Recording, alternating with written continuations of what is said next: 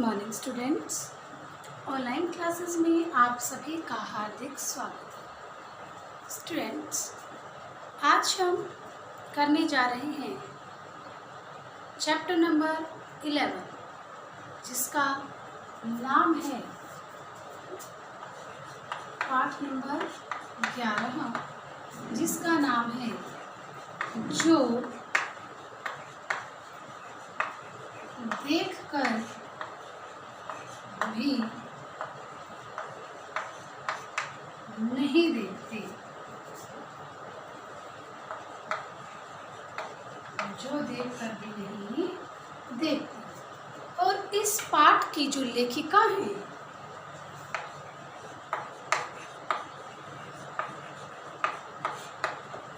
उनका नाम है हेलेन केलर। हेलेन केलर इस पाठ की लेखिका है।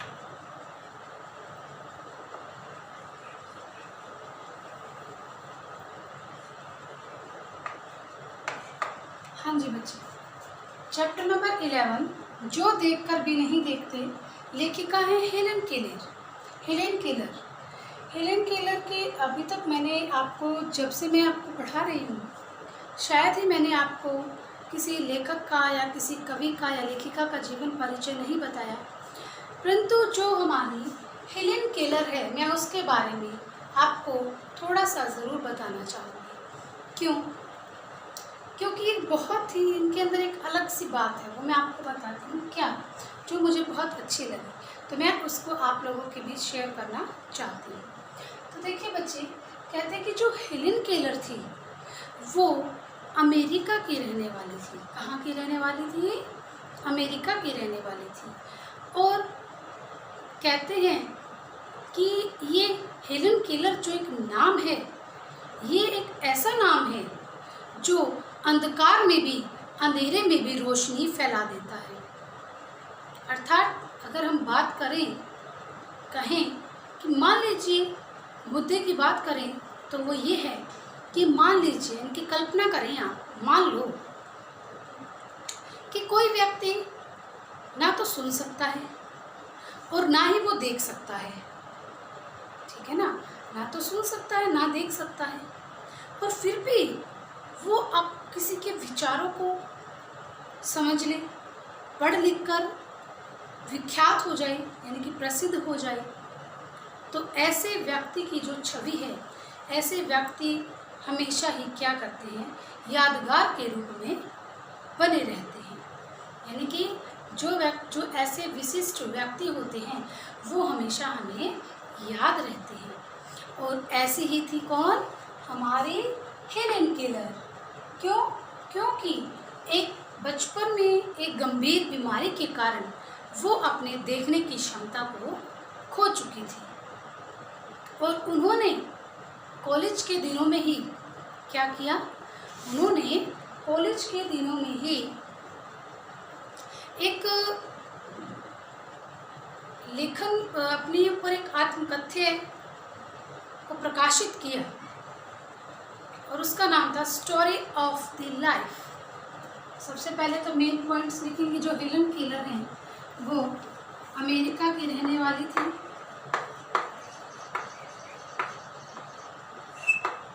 अमेरिका की रहने वाली थी। दूसरा, वे देख नहीं सकती थी।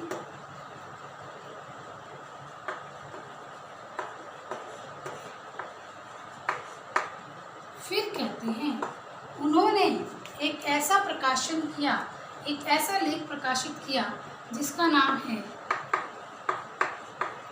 स्टोरी ऑफ लाइफ, जिसके अंदर क्या है, लेखिका ने अपनी आत्मकथा यानी कि स्टोरी ऑफ लाइफ को प्रकाशित किया। और उसके अंदर उन्होंने ये लिखा बहुत ही सुंदर शब्दों में कि इतना तो मैं समझ चुकी हूँ, इतना तो मैं जान चुकी हूँ कि जो ये रातें होती हैं ये क्यों नहीं बीतती और सुबह क्यों नहीं होती।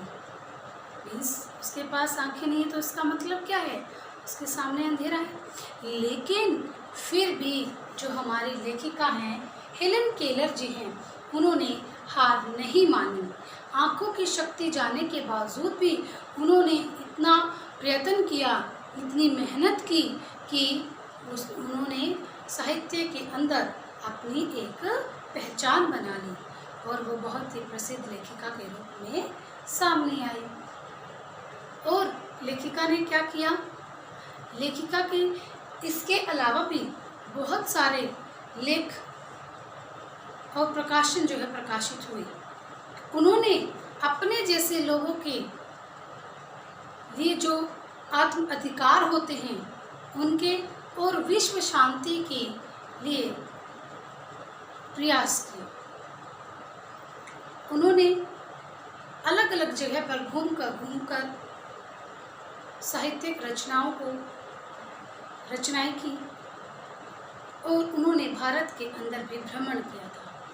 अर्थात जो लेखिका हैं वो क्या है, वो इतनी संवेदनशील हैं कि वो प्रकृति की सभी चीज़ों को है ना आंखें ना होते हुए भी छू कर पहचान लेती हैं। तो जो हमारा चैप्टर ये था बेटे, ये तो था लेखिका के बारे में इतना। अब हम अगर अपने चैप्टर पर आए, जो देख कर भी नहीं देखते, इसका पाठ का जो शीर्षक है कि जो देख कर भी नहीं देखते, मीन्स जिनकी इस चैप्टर के अंदर लेखिका ने बहुत दुख बात कही है, एक दुखी मन से कहा है कि उन लोगों के प्रति दुख व्यक्त किया है कि जो देख कर भी नहीं देखते। मीन्स जिनके पास आंखें हैं उनके बारे में लेखिका ने इस पाठ के अंदर बताया है, दुख व्यक्त किया है। यानी कि जो देख कर भी नहीं देखते, यानी कि जिन लोगों को, जिनको दिव्य दृष्टि यानी कि नियामत जैसी चीज़ मिली है, नियामत के रूप में मिली है, लोग उसे क्या करते हैं, हल्के फुल्के में लेते हैं, उन्हें सामान्य चीज़ समझते हैं। परंतु जो वो ये नहीं समझते कि वो इन आँखों से अपनी ज़िंदगी के अंदर एक इंद्रधनुषी रंग भर सकते हैं। तो चैप्टर के अंदर यही बात कही है। चैप्टर के अंदर क्या कहा है कि जो कविता है, लेखिका है, वो ये कहना चाहती है कि जिन लोगों के पास आँखें नहीं हैं, जिन लोगों के पास आँखें हैं वो देख कर भी नहीं देखते, अर्थात वो प्रकृति की जो सुंदरता है उसको महसूस नहीं करते, उसको अनुभव नहीं कर सकते। क्यों? क्योंकि मनुष्य तो सदैव उस चीज़ के पीछे भागता रहता है जो उसके पास नहीं है।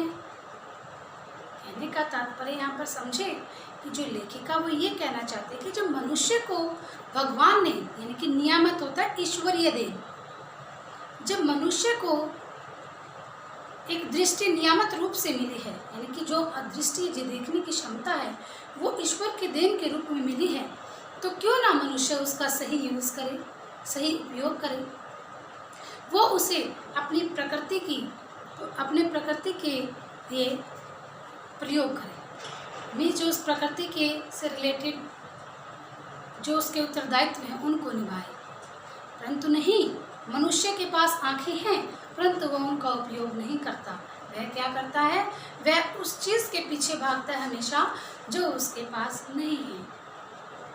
लेकिन जो हेलेन केलर हैं लेखिका, उनका प्रकृति के प्रति अगाध प्रेम है। वो प्रकृति से बहुत प्यार करती है। क्यों? क्योंकि आंखें न होते हुए भी लेखिका देख नहीं पाती। लेखिका की आंखें ना होते हुए भी उसका प्रकृति के प्रति इतना लगाव है, इतना प्रेम है कि वो क्या करती है, उस प्रकृति की सैकड़ों चीज़ों को छूकर पहचान लेती है। सैकड़ों चीज़ें ऐसी हैं जिसको लेखिका छूकर भी पहचान लेती है, महसूस कर लेती है। तो आप कहते हैं कि जो लेखिका है ना, वो अपने मित्रों की परीक्षा लेने के लिए कि उनके पास तो आंखें हैं, देखते हैं, वो घूमने तो गए हैं, क्या वो वास्तव में कुछ चीज़ों को महसूस करके आए, क्या कुछ सीख कर आए? यानी कि अपने मित्रों की परीक्षा लेने के लिए, अपने मित्रों को परखने के लिए जो हेलेन केलर है वो क्या करती हैं, उनसे कुछ प्रश्न करती हैं जब उनके मित्र जंगल की सैर करके लौटते हैं, यानी कि घूम फिर कर आते हैं। तो नेचुरल सी बात है कि हम बहुत सारी चीज़ों को देखते हैं, उनके बारे में बताते हैं। तो लेखिका क्या करती है, लेखिका तो उन चीज़ों को छू कर पहचान लेती है, वो तो देख ही नहीं पाती बेचारी, तो फिर भी वो उनको छू कर पहचान लेती कि क्या क्या चीज़ें हैं। तो वो अपने मित्रों से प्रश्न करती है कि तुमने जंगल में क्या क्या देखा? तो उनके मित्र कहते हैं कि कुछ खास नहीं, बस कुछ खास नहीं देखा। तो अपने मित्रों के प्रश्न सुनकर लेखिका को अचरज नहीं होता, अचरज मीन्स हैरानी, लेखिका को हैरानी नहीं होती। क्यों? क्योंकि उसे तो ऐसे उत्तर सुनने की आदत पड़ चुकी थी, क्योंकि जो प्रकृति से, जो जिस चीज़ से प्रेम करता है वही उसके बारे में सही समझ सकता है। परंतु लोग तो क्या थे, वो जो उसके जो मित्र थे वो तो ऐसे ऐशो आराम घूमने फिरने गए थे, उन्होंने कुछ प्रकृति की जो सुंदरता है उसको महसूस ही नहीं किया, उसकी जो अच्छी अच्छी जो चीज़ें हैं उसको फील ही नहीं किया उन्होंने।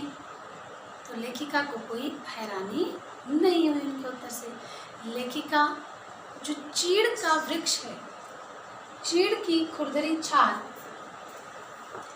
चीड़ की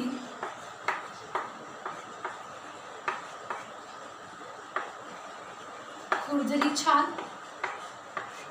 और भोजपत्र, ये पेड़ हैं, भोजपत्र की चिकनी खुरदरी सतह और भोजपत्र की चिकनी सतह को छूकर पहचान लेती थी।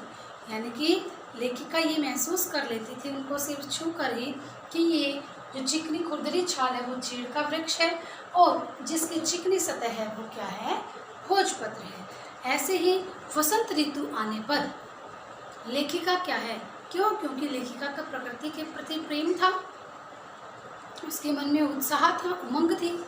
तो लेखिका क्या करती है, वसंत के दिनों में कलियों पर से, पेड़ की कलियों पर से फूलों को निकाल लेती थी, कलियों को चुन लेती थी और वह पेड़ों पर बैठी हुई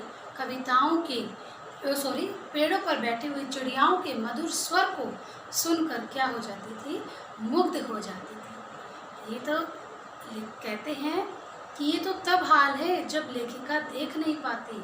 तो आप जरा ये विचार कीजिए, अगर लेखिका उनको ना देख पाकर भी, यानी कि वो उनको देख नहीं सकती, फिर भी वो इतनी खुश है, अगर वो उसे देख पाती इस प्रकृति की सौंदर्य को, तो वह कितनी मुग्ध हो जाती। फिर कहते हैं कि जो लेखिका के सामने है ना, जो फर्श पर जो बिछी हुई कालीन होती है, वह प्रकृति की मुलायम मुलायम घास के सामने और पेड़ों के चौड़े चौड़े पत्तों के सामने कुछ भी नहीं थी। यानी कि जैसे मनुष्य जिनके पास आंखें होती हैं, जो यानी कि देख पाते हैं, वो उस प्रकृति की सुंदरता को नहीं जान पहचानते, वो उन चीज़ों के पीछे भागते जो उनके पास नहीं है। तो लेखिका को इन सब चीज़ों की आवश्यकता नहीं थी, उनको तो जो प्रकृति के अंदर पेड़ हैं उनके चौड़े चौड़े पत्ते और जो उस पर उगी हुई घास है, मुलायम घास है, उसके सामने उसे कालीन भी फीकी लगती है। तो यहाँ पर जो लेखिका है उसने सिर्फ और सिर्फ इस चैप्टर के अंदर मेन जो बात निकल कर आई है वो क्या आई है, लेखिका ने उन लोगों को समझाने का प्रयत्न किया है जिनके पास आंखें हैं, जो देख कर भी नहीं देखते, और उन्हें ये समझाने की कोशिश की है।